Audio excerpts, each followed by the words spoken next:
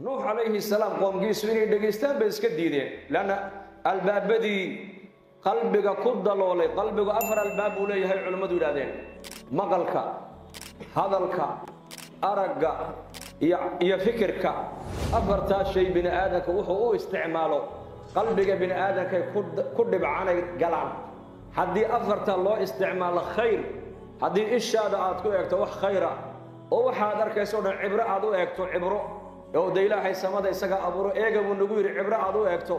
dhulka ilaahay baa abuuro eega buu ilaahay nagu yiri cibro aad u eegto ceedceeda iyo dayaxa cibro aad u eegto oo awoodda ilaahay aad ka dhex aragto koonkan oo waxaad eegayso dhan cibro aad ku eegto cibradaas aad wax walba ku eegto qalbiga galaysa waxaad ku hadlaysaa hadduu noqdo ka hadal khayra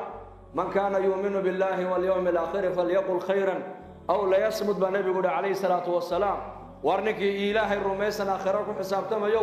khayr ku hadala ma iska aamus buu nabigu yiri haddaad khayr ku hadashid mar ilaahay ummadda aad ugu yeedhid xaggiisa mar quraan aad akhrisato iyo mar aabbaha iyo hooyada waalidkaaga aad u adeegayso labbayka aad leedahay iyo mar dadka aad u nasteexaynayso iyo mar dikri iyo istighfaar aad samaynayso haddii carabkaaga yar aad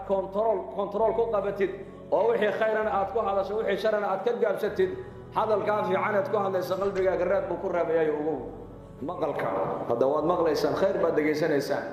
kalaamka ilaahay baad u soo gashay inaad degaysataan iyo kalaamka nabigeena sallallahu alayhi wasallam waa cilaajul qalbi weeyaan waa qidaa'u ruux weeyaan waa labada kaliya ay yiraahdeen culimadu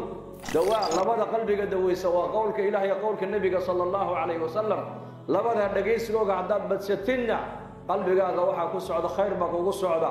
haddaad fikirkaaga alladina yatafakkaruuna fi khalqi as-samawati wal ard ربنا ما خلقت هذا باطلا سبحانك فقنا عذاب النار حداد آياتك كونك كفكرتو كلغا انتود ميل فريستنا ايضنا قلبك ايي غليسا افرتا وضو هدي خير لو استعمال قلبك ايمان iyo yaqiin iyo cilmi ba qalbiga dagaaya afarta wada hadii loo isticmaalo adduunyo iyo maaragtaan siyaasad iyo munaafaqad iyo sheeka adduunyo iyo qaflana qalbiga waxa galay raan kala bal ران على قلوبهم ما كانوا يكسبون بين أهيهم